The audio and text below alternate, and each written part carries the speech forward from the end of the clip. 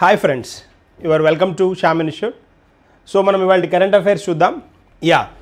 ఇవాళ ఈ న్యూస్లో మనకి మోడీ 3 నేషన్ టూర్, 3 దేశాలు కెనడా, క్రొయేషియా, సైప్రస్ కదా, సైప్రస్, ఈ 3 దేశాల విజిట్లో ఉన్నారు మోడీ. దాని గురించి డిస్కస్ చేద్దాం. దాంతోపాటు యోగా కనెక్ట్ గురించి మాట్లాడదాం.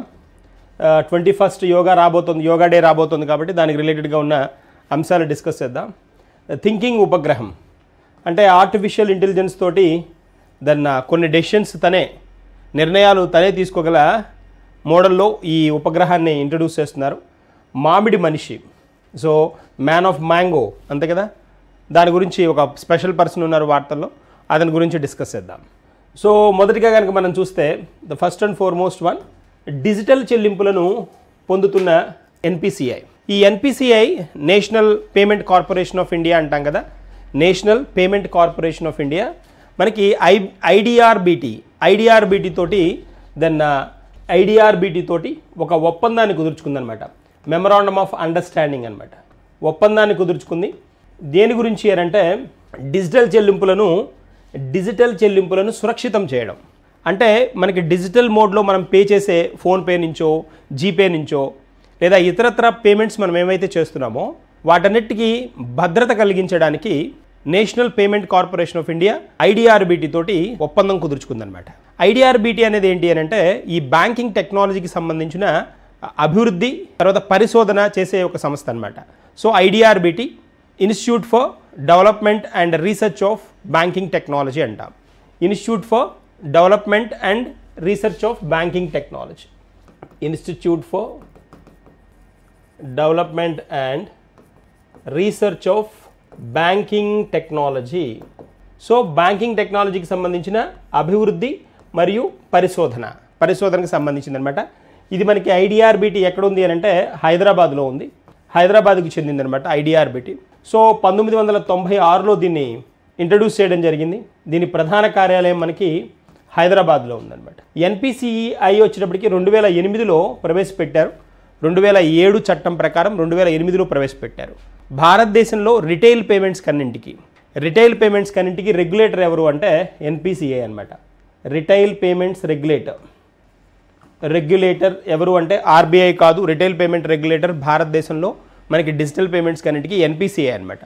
సో సురక్షితమైన డిజిటల్ లావాదేవీల కోసం ఎన్పిసిఐ ఐడిఆర్బిటి తోటి ఎంఓయు కుదుర్చుకుందనమాట. మెమరాండమ్ ఆఫ్ అండర్స్టాండింగ్ కుదుర్చుకుంది. ఏ కంపెనీ అని అడుగుతాడు, ఏ సంస్థ అని అడుగుతాడు, IDRBT, institute for development and research of banking technology. ఒక్కసారి ఐడిఆర్బిటిని నాకు కమెంట్ చేయండి, ఐడిఆర్బిటి ఫుల్ ఫామ్ని. ఓకేనా, ఐడిఆర్బిటి ఫుల్ ఫామ్ని నాకు ఒకసారి కమెంట్ చేయండి. నెక్స్ట్ మనకి వెళ్దాం.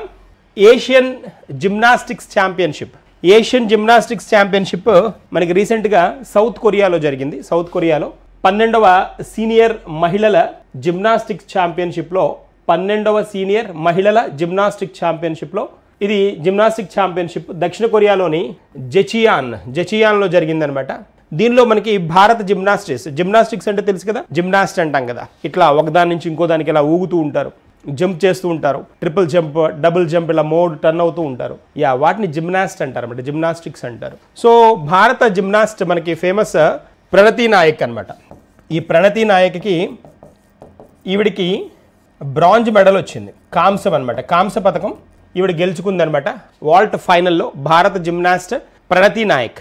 మనకి క్వశ్చన్ పోస్ట్ చేసే టైంలో ఎలా టర్న్ చేస్తాడు అని అంటే, ప్రణతి నాయక్ ఇలా ఖచ్చితంగా జిమ్నాస్టిక్స్ ఏవేవైతే రిమోట్గా ఉన్నాయి, క్వాష్, వీటికి సంబంధించి ఎవరైతే క్రీడాకారిణులు లేదా క్రీడాకారులు ఉంటారో వాళ్ళ పేరు ఇచ్చి ఏ స్పోర్ట్కి సంబంధించిన వాళ్ళు అని అడుగుతాడు, ఏ క్రీడకు చెందిన వాళ్ళు అని అడుగుతాడు. చాలా చాలా ఇంపార్టెంట్ మోడల్ ఇది. అందులో ఇలాంటి నేమ్స్ రేర్గా వినే నేమ్స్ కాబట్టి వాళ్ళని ఖచ్చితంగా పోస్ట్ చేస్తాడు. ప్రణతి నాయక్ ఏ స్పోర్ట్? జిమ్నాస్టిక్స్. సో అందులో వార్తల్లో ఉన్న వ్యక్తి కాబట్టి ఖచ్చితంగా అడగడానికి స్కోప్ ఉంటుంది. ఓకే, సో ఏ స్పోర్ట్ అన్నా జిమ్నాస్టిక్స్. ప్రణతి నాయక్ ఏ మెడల్ గెలుచుకున్నారు ఆవిడ? Bronze medal. సో కాంస్య పథకం. నెక్స్ట్ మనకి వెళ్దాం. 2025 ఈ స్పోర్ట్స్ ప్రపంచ కప్కి గ్లోబల్ అంబాసిడర్, అంతర్జాతీయ అంబాసిడర్ అంతేనా. ఎవరు అంటే గ్లోబల్ అంబాసిడర్ ఎవరు అంటే మనకి పోర్చుగీస్ దిగ్గజ ఫుట్బాల్ క్రీడాకారుడు రొనాల్డో. సో ప్రపంచ దిగ్గజ క్రీడాకారుడు కదా, సో వెరీ స్పెషల్ పర్సన్ కూడా మనం చెప్పుకోవాలి. సో ఇక్కడ మనకి కనిపిస్తున్నారు కదా, రొనాల్డో, క్రిస్టియానో రొనాల్డో కదా. ఈయన పోర్చుగీస్ దిగ్గజ ఫుట్బాల్ క్రీడాకారుడు అనమాట. టాప్ క్లాస్ క్రీడాకారుడు.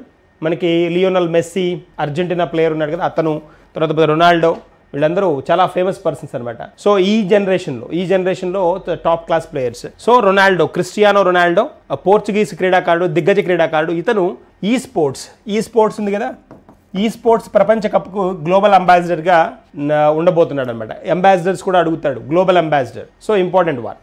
నెక్స్ట్ వన్కి వెళ్దాం. ETLDHCM, extended trajectory,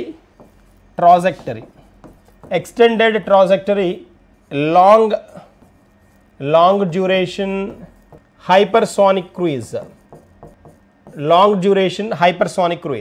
extended trajectory long duration hypersonic cruise, ETLDHCM అంట.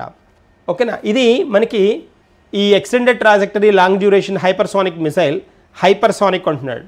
ఈ హైపర్సోనిక్ మిసైల్ని మనకి అభివృద్ధి పరిచింది ఎవరు అని అంటే DRDO అభివృద్ధి చేసిందనమాట. DRDO దీన్ని ప్రాజెక్ట్ విష్ణు అనే ప్రాజెక్ట్ కింద దీన్ని ఇంట్రడ్యూస్ చేయడం జరిగిందనమాట. ప్రాజెక్ట్ విష్ణు కింద DRDO దీన్ని ప్రవేశపెట్టడం జరిగింది. సైనిక సాంకేతికతలో ముందంజలో ఉంచడానికి దీన్ని ప్రవేశపెట్టడం జరిగిందనమాట. పాకిస్తాన్, బంగ్లాదేశ్, చైనా ఇలాంటి దేశాలు ఏవైతే మన పొరుగున ఉన్న దేశాలు ఉన్నాయో వాటికి అవసరమైనప్పుడు బుద్ధి చెప్పడానికి దాన్ని మంచి వెపన్గా దీన్ని యూజ్ చేయబోతోంది అనమాట. సో ఇంకా వాళ్ళకి కొంచెం జాగ్రత్తగా ఉండాలని కూడా హెచ్చరిస్తోంది. సో బంగ్లాదేశ్, చైనా, పాకిస్తాన్ ఈ 3 దేశాలకు అనమాట. హైపర్సోనిక్ మిసైల్ ఇండియాలో మొట్టమొదటి హైపర్సోనిక్ ఇది. ఇప్పటివరకు మనకి సూపర్సోనిక్ మిసైల్సే చూసాం మనం. బ్రహ్మాస్ ఉంది అనుకోండి, Brahma's is a supersonic cruise missiles చూసాం. బట్ హైపర్సోనిక్, ఈ హైపర్సోనిక్ వ్యవస్థ మనకి రష్యా దగ్గర, అమెరికా దగ్గర, ఇలాంటి దేశాలు, చైనా దగ్గర, ఇలాంటి వాటి దగ్గరే హైపర్సోనిక్ కనిపిస్తుంది మనకి. బట్ భారతదేశంలో మొదటి హైపర్సోనిక్ మోడల్ క్రూయిజ్ మిసైల్. మనకి సబ్సోనిక్ కూడా ఉన్నాయి. సబ్సోనిక్లో చెప్పాలి అని అంటే ఫేమస్ వన్ సబ్సోనిక్ మిసైల్లో మనకి సూపర్సోనిక్ కదా, నిర్భయ్. సబ్సోనిక్ మిసైల్కి బెస్ట్ ఎగ్జాంపుల్ నిర్భయ్. సూపర్సోనిక్కి బ్రహ్మాస్. ఇప్పుడు హైపర్సోనిక్కి బెస్ట్ ఎగ్జాంపుల్, హైపర్సోనిక్కి LTHCM, long duration hypersonic cruise క్షిపణి అనమాట. సో ఇవన్నీ క్రూయిజే. నిర్భయ్ క్రూయిజే, subsonic cruise, BrahMos supersonic cruise. And ఇది వచ్చేటప్పటికి ETLDHCM వచ్చేటప్పటికి hypersonic cruise. That is the one. Next వన్కి వెళ్దాం. Blue NDC challenge. ఈ బ్లూ NDC ఛాలెంజ్ని 2 దేశాలు దాన్ని తీసుకోబోతున్నాయి. ఈ ఛాలెంజ్ని ఈ దేశాలలో సముద్ర సంబంధిత వాతావరణ చర్యలను జాతీయంగా నిర్ణయించిన సహకారాలతో అంటాడు. నేషనల్లీ డిటర్మైన్డ్ కోఆపరేషన్ అంటారు. NDC కింద వీటిని హోల్డ్ చేయబోతున్నారనమాట. NDC కింద వీటిని అనుసంధానించమని ప్రోత్సహించడం దీని లక్ష్యం అనమాట. అంటే సముద్ర సంబంధిత వాతావరణ చర్యలు ఏవైతే ఉంటాయో, ఎన్విరాన్మెంటల్ యాక్షన్స్ ఏవైతే ఉంటాయో వాటిని ఆ దేశాల యొక్క పరిస్థితుల ప్రకారం వేరే దేశాలతోటి కోఆపరేట్ చేసుకొని వాటిని కొనసాగించడం అనేది దీని ముఖ్య ఉద్దేశం అనమాట. సో ఏ దేశాలు మాత్రం గుర్తుపెట్టుకోండి, చాలా ఇంపార్టెంట్. France, Brazil. సో ఈ బ్రెజిల్లో జరగబోతున్న COP30 ఉంది కదా మనకి, COP30. దీనిలో భాగంగా COP30 మనకి బేలంలో జరగబోతోంది. బేలం, బ్రెజిల్ అనమాట. ఇక్కడ జరగబోతున్న ఈ ప్రోగ్రాం కారణంగా దీనికి ఈ వాతావరణ సంబంధిత చర్యల మీద ఫోకస్ చేయబోతున్నా. దానికి NDC అనే వర్డ్, NDCకి చాలా ఇంపార్టెన్స్ ఇస్తున్నామని చెప్తున్నారు. నేషనల్లీ డిటర్మైన్డ్ కోఆపరేషన్, జాతీయంగా నిర్ణయించిన సహకారాలతో అనుసంధానించడానికి ప్రోత్సహించబోతున్నారు 2 దేశాలు. ఫ్రాన్స్, బ్రెజిల్ ఈ ఛాలెంజ్ తీసుకుంటున్నాయి అనమాట. That is a point. So COP29 conference on parties 29 ఎక్కడ జరిగింది అనేది నాకు కమెంట్ చేయండి. నేను COP30 చెప్పాను, COP29 ఎక్కడ జరిగింది అనేది నాకు కమెంట్ చేయండి. ఓకేనా. నెక్స్ట్ వన్కి వెళ్దాం. ఓజో ఫెనీ అంటాం కదా, ఓజో ఫెనీ. ఇది ఒక డ్రింక్ అనమాట. శీతల పానీయాలు అంటారు కదా, శీతల పానీయం. ఇది రీసెంట్గా GI ట్యాగ్ వచ్చిందనమాట. దీనికి GI ట్యాగ్ వచ్చింది. భౌగోళిక సూచిక ట్యాగ్ అంటాం కదా, భౌగోళిక సూచిక గుర్తింపు అంటాం కదా, భౌగోళిక గుర్తింపు వచ్చింది. ఇది గోవాకు చెందిన ఒక శీతల పానీయం అనమాట. గోవాకు చెందిన పానీయం అనమాట.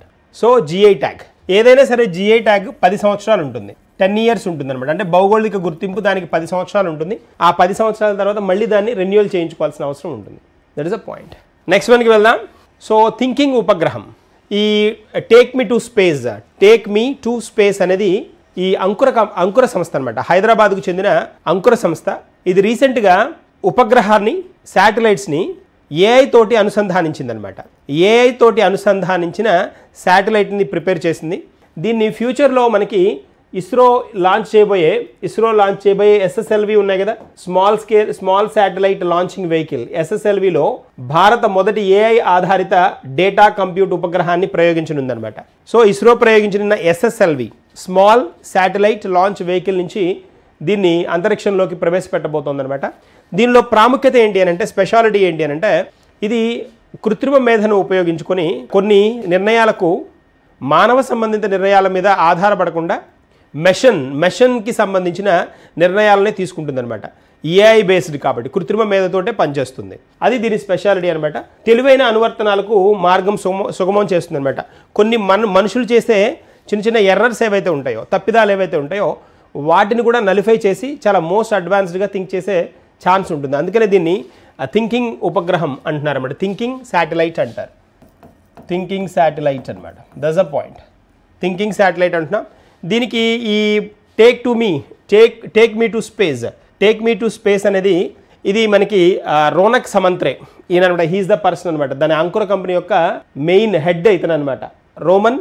రోనక్ సమంత్రే ఇతను IIT హైదరాబాద్లో దీనికి సంబంధించిన ఈ థింకింగ్ ఉపగ్రహానికి సంబంధించిన పరిశోధనని IIT హైదరాబాద్లో చేస్తున్నారనమాట.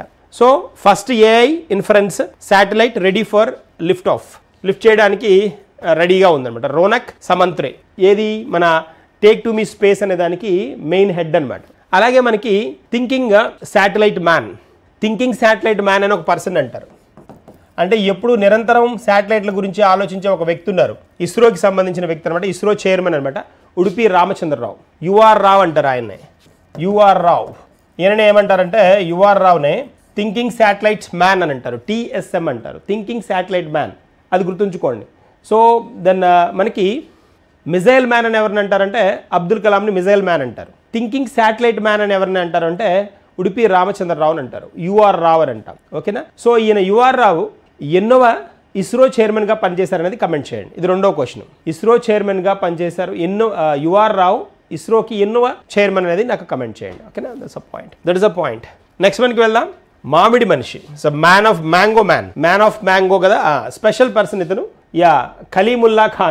ఖలీముల్లా ఖాన్ పద్మశ్రీ అవార్డీ అనమాట. ఇతను father of 300 varieties of mangoes. 300 వెరైటీలని కనుక్కున్న వ్యక్తి అనమాట. ఈ మ్యాంగోస్లో అంటే ఆల్రెడీ ఉన్న మోడల్స్ ఉన్నాయి, వాటికి ఏం చేశారంటే క్రాఫ్టింగ్ ద్వారా ఇతను కొత్త రకాలని అంటే మిళితం చేయడం జరిగిందనమాట. హైబ్రిడ్ వంగడాలని ఇంట్రడ్యూస్ చేయడం జరిగిందనమాట స్పెషల్గా. సో ఇక్కడ ఏంటి అని అంటే రీసెంట్గా ఒక కొత్త మామిడి రకానికి మన రక్షణ శాఖ మంత్రి రాజ్నాథ్ సింగ్ పేరుని పెట్టడం జరిగిందనమాట. అందుకు వార్తల్లో ఉంది. ఒక కొత్త మామిడి రకానికి మన రక్షణ శాఖ మంత్రి రాజ్నాథ్ సింగ్ పేరును పెట్టడం జరిగింది. సో మలిహాబాద్, ఇతను మలిహాబాద్లో, ఇది ఫేమస్ టర్న్ అనమాట. ఉత్తరప్రదేశ్లోని ఉత్తరప్రదేశ్కి చెందిన మలిహాబాద్లో సిగ్నేచర్ గ్రాఫ్టింగ్ టెక్నిక్ ద్వారా ఏంటి అని అంటే కొత్త ఈ మేలైన మామిడి రకాలను కలిపేసేసి ఒక కొత్త రకాన్ని సృష్టిస్తుంటారనమాట, ఇంట్రడ్యూస్ చేస్తూ ఉంటారనమాట. ఆ విధంగా ఒక చెట్టుకే రీసెంట్గా మనం కూడా చూసాం, ఒక చెట్టుకే దాదాపుగా 100 రకాలు, 50 నుంచి 100 వివిధ రకాల మామిడి పళ్ళను ఒకే చెట్టుకు పండించారు కూడా. అలాంటి కాన్సెప్ట్ కూడా ఉంది. సో ఇక్కడ కొత్త రకం పేరు ఏంటి అని అంటే రాజ్నాథ్ ఆమ్ అనమాట. ఈ మలిహాబాద్ ఉత్తరప్రదేశ్కి చెందిన ప్రాంతం. అక్కడ ఈయన ఈ సిగ్నేచర్ గ్రాఫ్టింగ్ టెక్నిక్ తోటి కొత్త రకమైన మామిడిని ప్రవేశపెట్టడం జరిగింది. దానికి పేరే రాజ్నాథ్ ఆమ్ అని పేరు ఇవ్వడం జరిగింది అనమాట. ఎవరతను? ఖలీముల్లా ఖాన్. ఇతనే మ్యాంగో మ్యాన్ అంటారు. ఈస్ కాల్డ్ మ్యాంగో మ్యాన్, మామిడి మనిషి అనమాట. That's a part. నెక్స్ట్ మనకి వెళ్దాం. ఇక్కడ చూడండి, వందే భారత్ నిర్వహణ డిపో. వందే భారత్ మనకు తెలుసు కదా, వందే భారత్ 2018లో దీనికి అప్పటికి 18 months టైం తోటి ప్రవేశపెట్టారని, 2019 నుంచి ఇది మనకి స్టార్ట్ అయింది అని, 2019లో మనకి ఢిల్లీ నుంచి మన ఢిల్లీ టు వారణాసి కదా మొదటి వందే భారత్ ఢిల్లీ టు వారణాసి 2019లో ప్రవేశపెట్టారని. ఆ విధంగా 35 వందే భారత్ ఉండేవి ఒకప్పుడు. 2025 జనవరికి వచ్చినప్పటికీ 66 వందే భారత్ అయ్యాయి. ఈ 66లో 15 వచ్చినప్పటికీ 15 వందే భారత్లు వచ్చినప్పటికీ 16 కోచ్లు ఉన్నవి. 15 వందే భారత్ ట్రైన్లు 16 కోచ్లు ఉన్నవి, 16 కోచెస్ అనమాట ఒక్కొక్క ట్రైన్లో. తర్వాత దానిలోనే 8 వందే భారత్ ట్రైన్లు 20 కోచ్లు ఉన్నవి, 8 ఉన్నాయి ప్రజెంట్.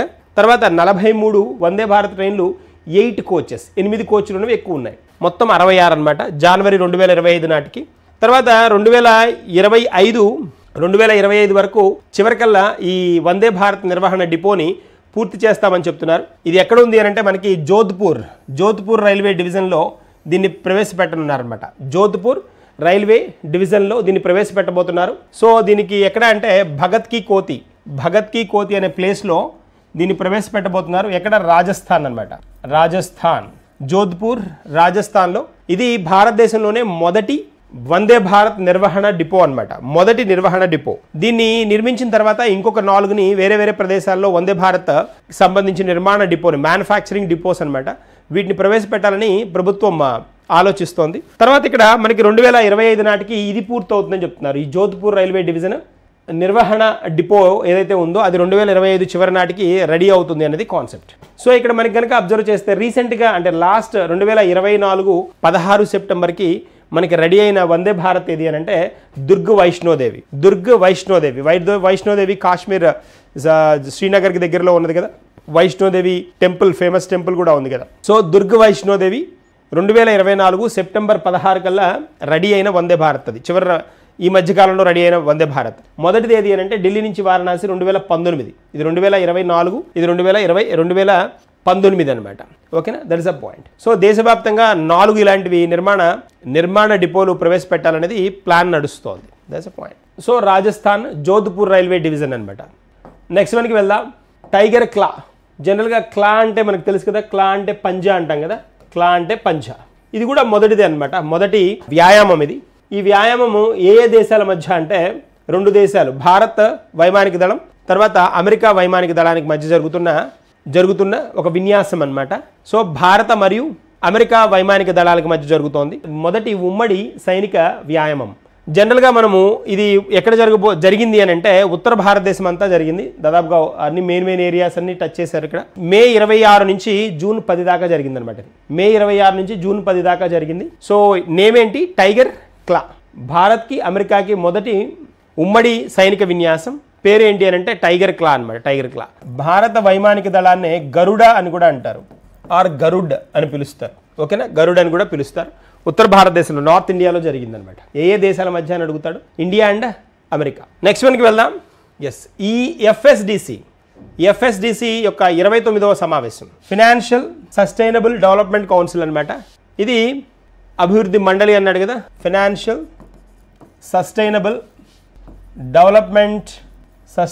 Development council. ఇది మనకి నిర్మలా సీతారామన్, మన ఆర్థిక వ్యవహారాల శాఖ మంత్రి ఉన్నారు కదా, ఆర్థిక శాఖ మంత్రి, కార్పొరేట్ అఫైర్స్ శాఖ మంత్రి ఎవరు? నిర్మలా సీతారామన్ అధ్యక్షతన ఇది జరిగిందనమాట రీసెంట్గా. సో ఇక్కడికి వచ్చేటప్పటికి ఏంటి అని అంటే ఫినాన్షియల్ సస్టైనబుల్ డెవలప్మెంట్ కౌన్సిల్. దీనిలో కాన్సెప్ట్ ఏంటి అని అంటే దేని గురించి మాట్లాడతారు? దేని గురించి అని అంటే సస్టైనబిలిటీ అన్నారు, అంటే ఆర్థిక సుస్థిరత గురించి అనమాట. ఆర్థిక సుస్థిరత అభివృద్ధి గురించి, ఆర్థిక సుస్థిరత అభివృద్ధి గురించి. దీనిలో సుస్థిరత అంటే సస్టైనబిలిటీ, తర్వాత అభివృద్ధి, ఎలా దీన్ని డెవలప్ చేయాలి అనే దాని గురించి డిస్కషన్ అనమాట. ఆర్థిక పరిపుష్టి రావాలి అంటే ఏం చేయాలి అనేది టార్గెట్ అనమాట. సో ఇది ముంబైలో జరిగింది, మనకి ముంబైలో. సో నిర్మలా సీతారామన్ అధ్యక్షతన జరిగిందనమాట. ఎన్నో మీటింగ్ ఇది? 29వ మీటింగ్. 29వ మీటింగ్ ఎక్కడ? ముంబైలో జరిగింది. ఖచ్చితంగా అడుగుతాడు 29th మీటింగ్ దేనికి సంబంధించి? ఆర్థిక సుస్థిరత. ఎందుకు అనంటే ఇప్పుడు మనకి ఫస్ట్ క్వార్టర్ 1లో మనది 7% దాటిన జీడిపి కనిపించింది అనమాట. మొదటి క్వార్టర్లో 7% దాటింది. మన వాళ్ళు ఎక్స్పెక్ట్ చేస్తుంది ఎంత? 6.4 నుంచి 6.8 మధ్య ఉండొచ్చు జీడిపి ఈ సంవత్సరానికి. 2025-26 కన్నా ఎస్టిమేట్ చేస్తూ ఉంటే 7% ఫస్ట్ క్వార్టర్లో వచ్చింది అని అంటే గుడ్ టర్న్. అది ఆ సుస్థిరత కావాలి. సుస్థిరత అంటే ఏంటి? దాన్ని కన్సిస్టెంట్గా మెయింటైన్ చేయాలి. దాన్ని అదే విధంగా ముందుకు కనుక తీసుకువెళ్తే మనకి ఎక్స్పెక్టెడ్ 6.8 దాకా మనం యావరేజ్న సరాసరిన రావడానికి స్కోప్ ఉంటుంది అనేది కాన్సెప్ట్. అందుకోసం అనమాట మీటింగ్. దానికి ఏం చేయాలి, దానిలో మనకి దాన్ని ఆర్బీఐ గవర్నర్లు, తర్వాత పోతే ఫినాన్స్కి సంబంధించిన సెక్రటరీలు వీళ్ళందరూ అటెండ్ అవ్వడం జరిగిందనమాట ఈ సమావేశానికి. నెక్స్ట్ మనకి వెళ్దాం. అమెరికన్ మెడికల్ అసోసియేషన్ అధ్యక్షుడు, అమెరికన్ మెడికల్ అసోసియేషన్ ఏఎంఏ కదా, American medical association president or the president of American medical association. ఎవరు ప్రెసిడెంట్ అంటే మన S Mukkamala, doctor S Mukkamala. ఇక్కడ కనిపిస్తున్నారు కదా వ్యక్తి, ఇండియన్ ఆరిజిన్ ఫిజిషియన్ అనమాట. ఇండియన్ ఆరిజిన్ ఓటో లారింజాలజిస్ట్ అంటారు. ఓటో లారింజాలజిస్ట్ అంటే మనకి ఈఎన్టీ స్పెషలిస్ట్ అంటాం అనమాట. ఈఎన్టీ ఫిజిస్ట్ అంటారు లేదా ఈఎన్టీ స్పెషలిస్ట్ అంటాం. ఇయర్, నోసు, థ్రోట్ ఉంటుంది కదా, ఈఎన్టీ స్పెషలిస్ట్ అంటారు.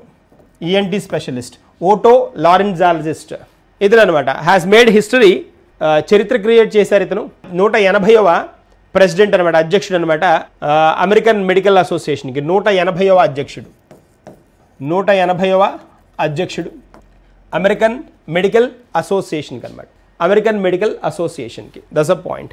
సో ఇక్కడ మిచిగాన్కి చెందిన ఈయన, మిచిగాన్ స్టేట్కి చెందిన వ్యక్తి అనమాట. సో డాక్టర్ బాబీ ముక్కామల ఈ పోస్ట్కి, అధ్యక్ష పదవికి ఎన్నికవడం జరిగిందనమాట. That's a point. నెక్స్ట్ మనకి వెళ్దాం. మోడీ 3 నేషన్ టూర్, 3 దేశాల టూర్లో ఉన్నారు Narendra Modi. Namo tour to 3 countries. ఒకటి Canada, Cyprus and Croatia. So first Cyprus అనమాట. సైప్రస్లో అడుగు పెడతారు ఇక్కడ. ఫస్ట్ డే ఇక్కడ అనమాట, ఫస్ట్ స్టార్టింగ్ ఇక్కడ. సెకండ్ వచ్చేటప్పటికి కెనడా, థర్డ్ వచ్చేటప్పటికి దాని క్రొయేషియా అనమాట. సో మనకి సైప్రస్ తోటి వాణిజ్యం, పెట్టుబడి, భద్రత, ట్రేడ్, ఇన్వెస్ట్మెంట్స్, తర్వాత సెక్యూరిటీ గురించి ఈ అవగాహన ఒప్పందాలు, ఎంఓయూలు. దీని ప్రెసిడెంట్, సైప్రస్ ప్రెసిడెంట్ అయిన క్రిస్టోచులైడ్స్ని కలుస్తారు. ఈయనతోటి ఈ ఎంఓయూలు జరిగే అవకాశం ఉందన్నమాట. ఇవాళే ప్రెజెంట్ డే అనమాట Cyprus. So Sunday, Monday, Tuesday అనమాట, 3 days. నిన్న స్టార్ట్ అయింది, నిన్న సైప్రస్, తర్వాత ఇవాళ కెనడా, నెక్స్ట్ వచ్చేటప్పటికి క్రొయేషియా అనమాట. That's a point. సో మనకి కెనడాలో జరగబోతున్న ఈ G7 సమ్మిట్కి అటెండ్ అవ్వబోతున్నారు. D7 సమ్మిట్కి attend అవ్వబోతోంది. అక్కడ మన ప్రధానమంత్రి మార్క్ కార్నే రిసీవ్ చేసుకుంటారనమాట. మార్క్ కార్నే ప్రోటోకాల్ ప్రకారం. సో ఇక్కడ మనకి G7లో భారత్కి సభ్యత్వం లేదు. అయినా దాన్ని ఈ సమావేశాలకు అటెండ్ అవుతుంది అనమాట చాలా రోజుల నుంచి. సో ఈసారి యాక్చువల్గా పిలవరు అనుకున్నారు. ఇక్కడ ఉన్న యాక్టివిటీస్ని బట్టి, ప్రపంచంలో ఉన్న ప్రపంచ జియోపొలిటికల్ కండిషన్స్ని బట్టి, బట్ ఫైనల్గా హీ గాట్ ద కాల్ అనమాట. కెనడాలో జరగబోతోంది అది G7 సమ్మిట్. దానికి అటెండ్ అవ్వబోతున్నారు. థర్డ్ కంట్రీ వచ్చేటప్పటికి క్రొయేషియా ప్రెసిడెంట్